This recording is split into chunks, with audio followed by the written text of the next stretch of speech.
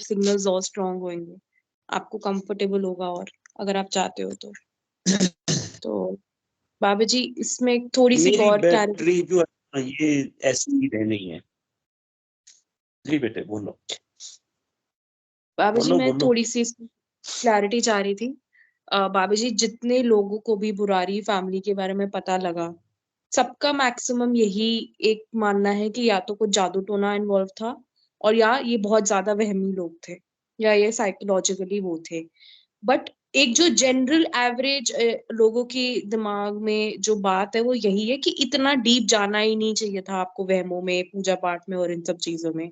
तो एक तरीके से लोगों का हिंदुइज्म पे या इन पूजा पाठ की चीजों से वो उठा है थोड़ा सा विश्वास, या वो दहशत में आए हैं। तो बाबा जी मुझे जैसे आपने कहा कि सेटन का ये है कि उसे रिट जमानी थी, उसे एक कॉमन एग्जाम्पल सेट करना था एक आम आदमी के हिसाब से भी, ताकि वो नस्लों तक उसका बिलीफ सिस्टम चलता रहे। लेकिन यहाँ पे अगर देखें तो वो चीज एकदम उलट हुई है कि लोगों का तो विश्वास ही मतलब उठ गया हिंदुइज्म से एक तरीके से, कि इतना डीप पूजा पाठ में जाना ही नहीं है, ये चीज गड़बड़ है एक पॉइंट के बाद जाके। तो ये चीज क्या सेटन मैंने को बेटे एक एस्पेक्ट नहीं बताया, मैंने एक एस्पेक्ट नहीं बताया, मैंने कुछ तकरीबन 9 एस्पेक्ट बताए हैं। मैंने दूसरी तरफ ये भी कहा है कि मैजिशियंस का मैजिक उस वक्त ज्यादा पावरफुल होएगा जब वो ज्यादा बड़े ग्रेड का पाप करवाएंगे। तो हो सकता है इनके पीछे जो भी इनका एडवाइजर था, गाइडर था, गुरु था, वो मैजिशियन हो। तो जितने बड़े उतना उसका आएगा, मैजिक ज्यादा चलेगा। 10 बंदों की जान लेगा, आगे 20 बंदों के काम करेगा, 20 ਦੇ ਕੰਮ ਕਰੇਗਾ, ਹੋਰ ਪਪੂਲਰ ਹੋਏਗਾ। ਜਦੋਂ 20 ਦੇ ਕੰਮ ਕਰੇਗਾ ਉਹ 20 ਆਣਗੇ, ਫਿਰ ਉਹਨਾਂ ਕੋਲ 40 ਪਾਪ करवाएगा और मजबूत हो जाएगा। तो ये भी तो एस्पेक्ट है ना। हम जब अक्सर कभी भी ये एस्पेक्ट इस तरह से डिस्कस करते हैं ना, हम थोड़े थोड़े एस्पेक्ट को ना फिरते हैं और उनको उसी अंदाज से देखते हैं। हर एक चीज के पीछे बहुत सारे एस्पेक्ट्स हो सकते हैं, तो बाकी एस्पेक्ट्स को भी जहन में रखना चाहिए। ये सारे के सारी चीजें मेन है आपके बिलीफ सिस्टम में वीकनेस की साइन, आपका खुदा पे यकीन ना होने का साइन। अगर आपका खुदा पे यकीन है, खुदा की टीचिंग्स पे यकीन है, तो खुदा की टीचिंग अगर आपने मान ली, तो खुदा की टीचिंग तो ये है कि अगर आपने सुसाइड किया, खुद को मारा या खुद को किल किया, तो आप फॉर एवर नरक में जाओगे। उसके बाद एक गुरु क्या, अगर 1,00,000 गुरु भी आपको कहते रहे कि जनाब आप मर जाओ, जब आपको पता है कि यार मेरे खुदा की टीचिंग ये है, तो ऐसे गुरु को, जो भी गुरु आपको मारने की बात करेगा, आप उसको जूतों का हार पहनाएंगे। यार तू रब से बड़ा हो गया, रब ये कह रहा है कि अपने आप को किल नहीं करना, और तू ये कह रहा है कि जनाब किल कर दो तो ए मिल जाएगा, किल कर दो तो इंज हो जाओगे। तो जो रब की टीचिंग के खिलाफ जाएगा, जाहिर है यकीनन आप उसको शीतलिसर बन जाओगे। अब मेन अगर टीचिंग हमारे पास होती, खुदा की वो वाली टीचिंग अगर होती बुरारी फैमिली के पास, कि सुसाइड जो है ये इतना बड़ा पाप है कि आपकी सारी उम्र की नेकियां अपनी जगह पे, आपका ये अकेला पाप ही आपको हमेशा के लिए नरक में रखेगा, आपको नरक से नहीं निकलने देगा। तो ये वाली फैमिली अगर इस पाप को जानती होती, मानती होती, तो ऐसे किसी उल्लू के पट्टे के हाथ में चढ़ती, चाहे वो सेटन हो या सेटन का अब्बा हो, वो प्रधानमंत्री क्यों ना हो, उसकी बात ना मानता, क्योंकि खुदा सबसे बड़ा है।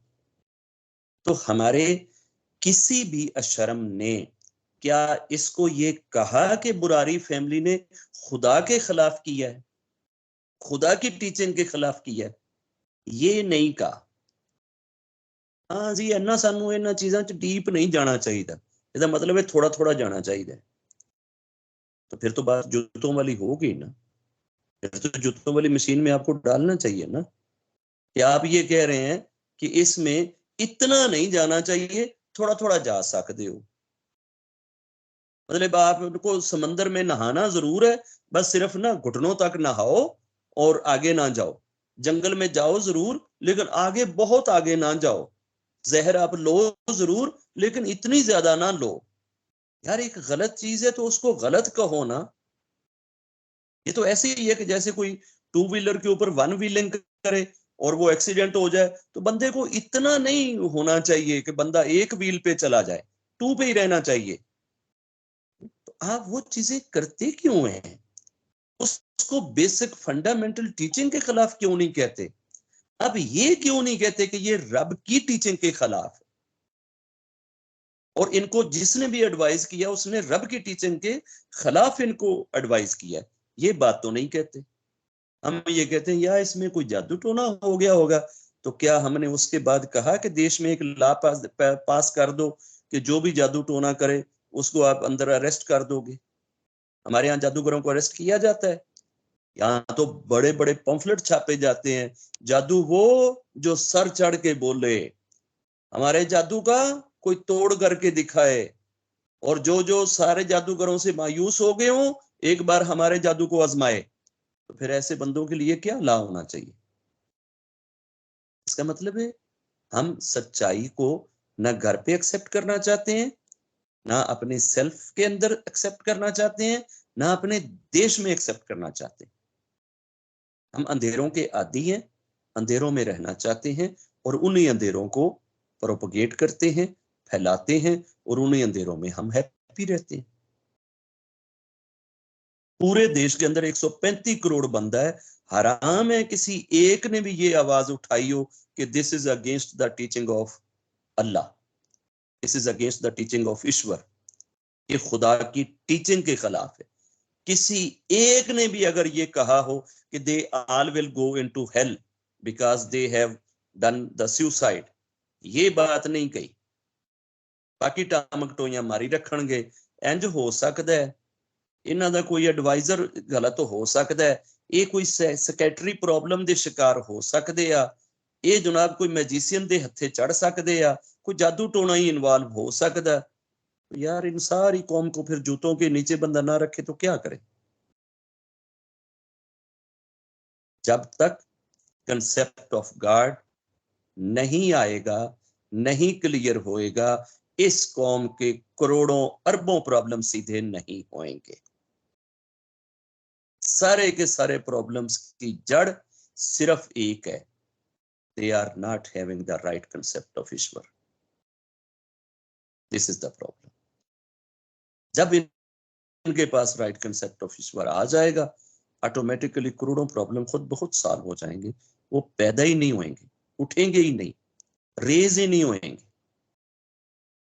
अगर एक बच्चे को, एक बच्ची को, एक लेडी को, एक मर्द को खुद से पता है कि यार बलात्कारी जो है ये इतना बड़ा पाप है,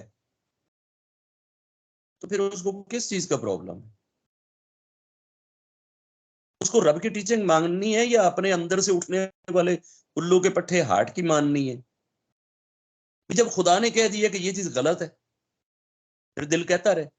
हम कहते हैं नहीं, अपने दिल में उठने वाले ख्यालों को फौरन तुरंत पूरा करो। अगर तुम अपनी डिजायर को दबा दोगे तो तुम अपनी सेल्फ एस्टीम के साथ, सेल्फ रिस्पेक्ट के साथ जुल्म करने वाले बन जाओगे। फिर तुम ओशो शर्म में पांव नहीं रख सकते। ओशो शर्म में तो पांव रखने के लिए जरूरी है ख्वाहिश कोई उभरे तो फौरन उस ख्वाहिश को पूरा कर दो। उसको अगर तुमने किल कर दिया तो तुम्हारा अपना बहुत बड़ा लॉस हो जाएगा। तुम पैरेलल डेवलप नहीं कर सकोगे, ना मेंटली, ना सोशली, ना स्पिरिचुअली।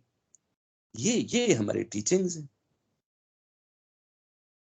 तो जिन्होंने ये चीजें करनी हैं और जिन्होंने अपने शर्मों के अंदर इस तरह के गुल खिलाने हैं, क्या वो ये टीचिंग देंगे कि बलात्कारी रब ने मना करी? क्यों करेंगे ऐसी टीचिंग? राती उन्होंने बिस्तरियां ते कौन उन्होंने बिस्तरियां नु आबाद करेगा? किस तरह से वो ये चीजें कहे?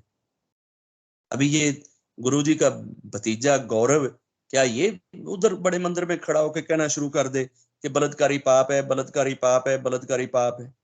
क्या ये कहना शुरू कर दे? क्या करे बेचारा? ये तो ऐसे ही है कि जैसे कोई घोड़ा घास के बारे में कहना शुरू कर दे, घास खाना पाप है, घास खाना पाप है, घास खाना पाप।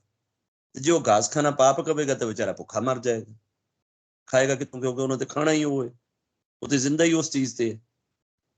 तो हम तो जिंदा ही इस चीज पे हैं, as a nation, as a whole, बड़े छोटे, जिस लेवल ते भी ने, जिस फॉर्म च भी ने, सब दे सब अपने पापों के रसिया हैं, पापों के दिलदाता हैं।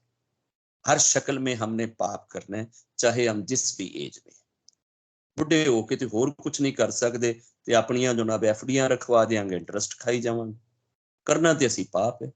हुण साडा लैवल सिर्फ यही है, हुण असी क्लबां च नच नहीं सकते, डांस नहीं कर सकते, बलात्कारी नहीं कर सकते, तो चलो कम अज कम रब नाल जंग ते कर सकने हैं ना, वो तो करिए। तो हर एज ने अपने अपने पाप ढूंढे हुए, जिसको जो पाप में ज्यादा लज्जत आती वो उसी पाप में पड़ा हुआ। रब की टीचिंग की कोई परवाह नहीं, रब है कौन ਇਹਦੀ परवाह नहीं है, टीचिंग ਤੇ ਉਹਦੀ ਬਾਅਦ ਵਿੱਚ ਕਿਤੇ ਆਏਗੀ, ਪਹਿਲੇ ਤੇ ਰੱਬ ਨਾਲ ਹੀ ਹੈ। ਰੱਬ ਨਾਲ ਉਹ ਕਹਿੰਦੇ ਨੇ ਰੱਬ ਦੇ ਹੀ ਕਨਸੈਪਟ 'ਚ ਇੰਨਾ ਨਹੀਂ ਜਾਣਾ ਚਾਹੀਦਾ, ਬਸ ਰੱਬ ਸਿਰਫ ਨਾ ਸੁਣੋ, ਬਾਕੀ ਬਰਫ਼ ਦੇ ਗੋਲੇ ਬਣਾ ਬਣਾ ਕੇ ਤੇ ਖਾਈ ਜਾਓ, ਸਿਰਫ ਇੰਨਾ ਹੀ ਕਾਫੀ ਕਿ ਤੁਹਾਨੂੰ ਪਤਾ ਹੋਵੇ ਕਿ ਹਾਂ ਇੱਕ ਰੱਬ ਹੈ। ਬਸ ਉਹ ਕੌਣ ਹੈ? ਉਹ ਮਿੱਟੀ ਦਾ ਬਣਿਆ ਹੈ, ਉਹ ਸੋਨੇ ਦਾ ਬਣਿਆ ਹੈ, ਉਹ ਚਾਂਦੀ ਦਾ ਬਣਿਆ ਹੈ, ਉਹ ਲੱਕੜੀ ਦਾ ਬਣਿਆ ਹੈ, ਪੱਥਰ ਦਾ ਬਣਿਆ ਹੈ। ਇੱਕ ਹੱਥ ਨੇ ਉਹਦੇ 20 ਹੱਥ ਨੇ, 40 ਨੇ, 100 ਨੇ, ਇੱਕ ਜ਼ੁਬਾਨ ਹੈ, ਕਰੋੜ ਹੈ, ਕਿਤਨੀ ਹੈ, ਇਹ ਇਹਨਾਂ ਚੀਜ਼ਾਂ 'ਚ ਨਾ ਪਵੋ, ਇੱਧਰ ਨਹੀਂ ਪੈਣਾ ਚਾਹੀਦਾ। ਭਾਈ ਇੰਨਾ ਕਾਫੀ ਨਹੀਂ ਹੈਗਾ, ਇਹ ਭਗਵਾਨ ਹੈ, ਆਦੇ ਆਦੇ ਭਗਵਾਨ ਆਦੇ ਕੋਲ ਰੱਖੋ, ਇਹਦੇ 'ਚ ਅੱਗੇ ਨਾ ਜਾਓ, ਐਵੇਂ ਨਾ ਕਿਸੇ ਨਾਲ ਸਿਆਪੇ ਪਾਓ, ਐਵੇਂ ਨਾ ਕਿਸੇ ਨੂੰ ਬੁਰਾ ਭਲਾ ਕਰੋ, ਐਵੇਂ ਨਾ ਕਿਸੇ ਨਾਲ ਲੜੋ। ਵਿਚਾਰਾ ਜਿਹੜੇ ਵੀ ਭਗਵਾਨ ਦੇ ਪਿੱਛੇ ਲੱਗਿਆ ਉਹਨੂੰ ਲੱਗਿਆ ਰਹਿਣ ਦਿਓ, ਤੇ ਫਿਰ ਬੁਰਾਰੀ ਫੈਮਲੀਆਂ ਹੀ ਹੋਣਗੀਆਂ ਨਾ, ਫਿਰ ਤਰਾਰੀ ਫੈਮਲੀਆਂ ਤਾਂ ਨਹੀਂ ਆਣਗੀਆਂ ਨਾ। जय गुरु जी। जी बच्चों।